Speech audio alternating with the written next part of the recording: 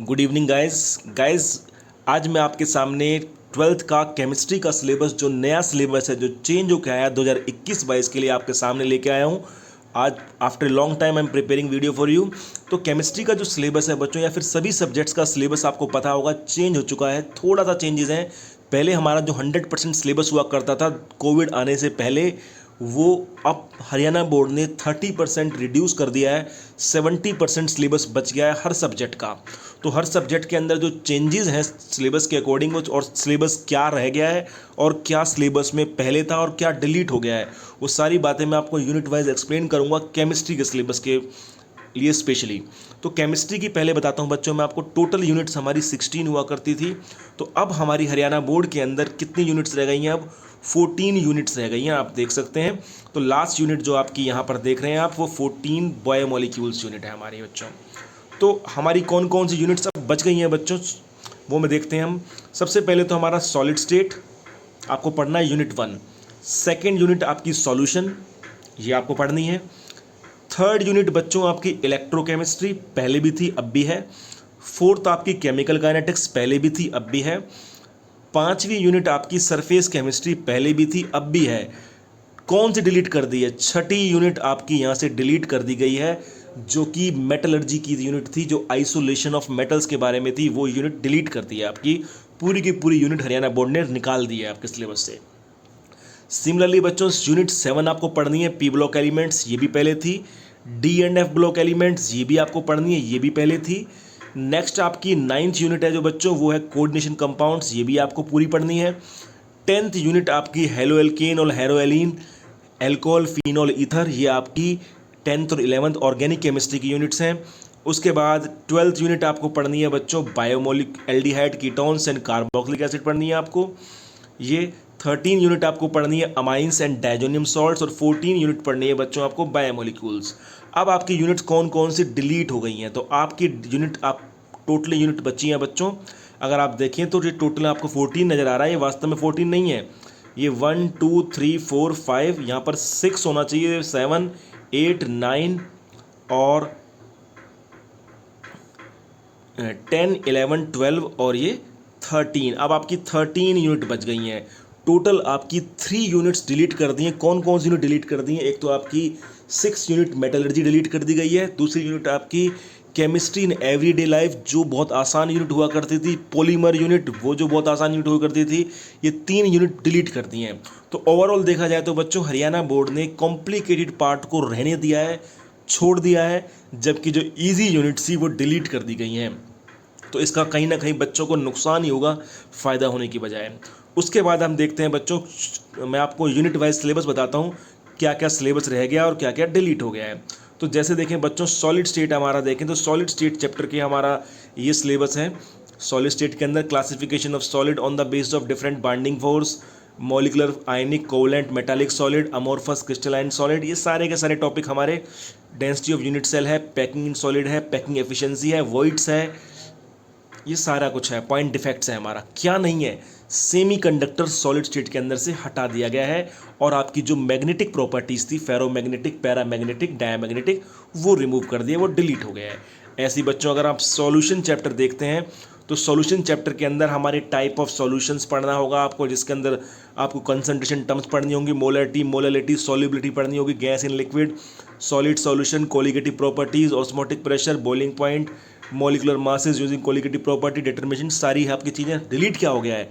Delete कर दिया है, वांट ऑफ फैक्टर वाला पार्ट इसमें से डिलीट कर दिया है। अब आ जाते हैं बच्चों इलेक्ट्रोकेमिस्ट्री पर। हमारा इलेक्ट्रोकेमिस्ट्री के अंदर हमारा क्या है? इलेक्ट्रोकेमिस्ट्री के अंदर हमें पढ़ना है सब कुछ। रेडॉक्स रिएक्शंस पढ़नी है, कंडक्टेंस पढ़नी है, स्पेसिफिक कंडक्टेंस पढ़नी है, molar conductivity, ionic conductivity, EMF of the cell पढ़ना है, नस्ट इक्वेशन पढ़नी है, सेल पढ़ना है, इलेक्ट्रोकेमिकल सेल पढ़ना है, इलेक्ट्रोकेमिकल सीरीज पढ़नी है, उसकी एप्लीकेशन पढ़नी है। डिलीट क्या हो गया है?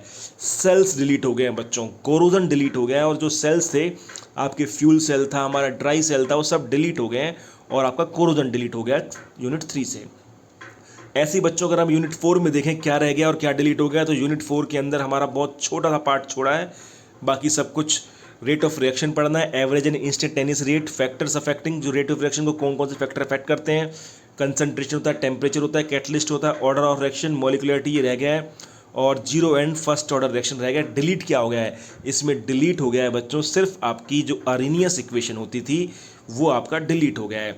अब आप देख लें सरफेस केमिस्ट्री के अंदर आपका बहुत बड़ा पार्ट छोड़ दिया है। लगभग सरफेस केमिस्ट्री बच्चों, पूरी की पूरी सरफेस केमिस्ट्री जो पहले हुआ करती थी, कोलोइड्स क्या होते हैं, एड्जॉर्प्शन क्या होता है, इमल्शंस क्या होते हैं, लगभग सारा का सारा टॉपिक एज इट इज़ रखा है, इसमें ज़्यादा कुछ डिलीट नहीं हुआ है। और उसके बाद आ जाएँ पी ब्लॉक एलिमेंट, जो सबसे बड़ी यूनिट है, सबसे ज़्यादा नंबर की यूनिट है बच्चों, इसके अंदर भी ज़्यादा चेंजेस नहीं हुई हैं, एज इट इज़ रह गया है। पूरे 15, 16, 17 और 18 आपको पूरे के पूरे पढ़ने होंगे, डिटेल में पढ़ने होंगे। लगभग इसमें भी कोई चेंज नहीं है सिलेबस के अंदर। उसके बाद अगर हम बात करें बच्चों D and F block elements की, तो उसके अंदर आपको क्या क्या पढ़ना है, जनरल ट्रेंड पढ़ने हैं, metallic character, atomic size, ionic radii, melting point, boiling point, ionisation enthalpy, oxidation state, colour formation, complex compound, interstitial compound, alloy formation. सिर्फ ये रह गया हमारा इसके अंदर बच्चों, बाकी चीज़ें आपकी डिलीट कर दी हैं। जो केमिकल प्रॉपर्टीज़ होती थी KMnO4 की, पोटाशियम परमैंगनेट की, वो पोटाशियम डाइक्रोमेट की सब की सब डिलीट कर दी गई हैं। उसके बाद बच्चों अगर आप देखें कोऑर्डिनेशन कंपाउंड्स के अंदर, तो कोऑर्डिनेशन कंपाउंड्स के अंदर भी हमारा एज इट इज़ रखा गया है। कोऑर्डिनेशन कंपाउंड के अंदर ज़्यादा कुछ चेंज नहीं किया गया है। सिमिलरली बच्चों सबसे इंपॉर्टेंट बात जो है, जो अब ऑर्गेनिक केमिस्ट्री स्टार्ट होती है, तो ऑर्गेनिक केमिस्ट्री के अंदर इन्होंने एज इट इज़ पूरा का पूरा हेलो एल्केन हेलो एरीन उतार दिया है, इसमें कोई टॉपिक डिलीट नहीं करा है। सिमिलरली एल्कोहल, फिनॉल, ईथर, इसमें से कुछ भी डिलीट नहीं करा है। एज इट इज़ इस पूरे के पूरे सिलेबस को एज इट इज़ उतार दिया जैसा हमारा पहले हुआ करता था। अगर आप किसी भी यूनिट का सिलेबस नोट करना चाहते हैं तो आप इसका स्क्रीनशॉट ले सकते हैं। एल्डिहाइड, कीटोन और कार्बोक्सिलिक एसिड में के अंदर भी बच्चों सेम टू सेम आपको यही है, बिल्कुल कुछ भी चेंज नहीं करा है, एज इट इज़ उतार दिया है। मतलब जो टफ वाला पार्ट था केमिस्ट्री का, ऑर्गेनिक केमिस्ट्री, वो सारी की सारी एज इट इज़ रखी है हरियाणा बोर्ड ने, उसमें कोई चेंज नहीं करा है। पेपर बहुत ज़्यादा कॉम्प्लिकेटेड है सिलेबस की अकॉर्डिंग, ऐसा नज़र आ रहा है, ऐसा ही नज़र आ रहा है, क्योंकि ज़्यादातर जो आसान यूनिट थी वो हरियाणा बोर्ड ने डिलीट कर दी हैं और टफ यूनिट सारी की सारी छोड़ दी हैं। और जो सिलेबस में थोड़ा बहुत जो यूनिट्स के अंदर से डिलीट है बच्चों, वो भी हमारा आसान यूनिट्स में डिलीट है। जो हमारी कॉम्प्लिकेटेड यूनिट्स हैं, जो ऑर्गेनिक की यूनिट्स हैं, उनमें से कुछ भी डिलीट नहीं किया गया है। तो ये आपका बच्चों सारा का सारा सिलेबस एज इट इज़। अगर आप किसी भी यूनिट का सिलेबस पूरा डिटेल में देखना चाहते हैं तो आप स्क्रीनशॉट ले सकते हैं, और मैंने हर यूनिट के अंदर बताया कि किसके अंदर क्या डिलीट किया गया है। बायोमोलिक्यूल जो लास्ट यूनिट है आपकी, हालांकि आसान यूनिट है, इसमें कुछ भी डिलीट नहीं है और बहुत ईजी यूनिट है ये।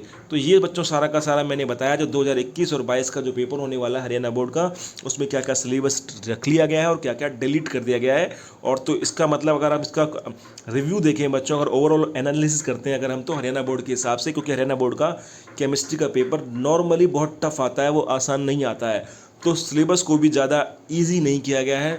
हालांकि सिलेबस कम जरूर किया गया है, लेकिन जो टफ यूनिट्स थी उनके अंदर से कुछ भी डिलीट नहीं है। तो आप अपने अकॉर्डिंगली प्रिपेयर करेंगे, अपना हार्डवर्क जारी रखेंगे। Thank you very much.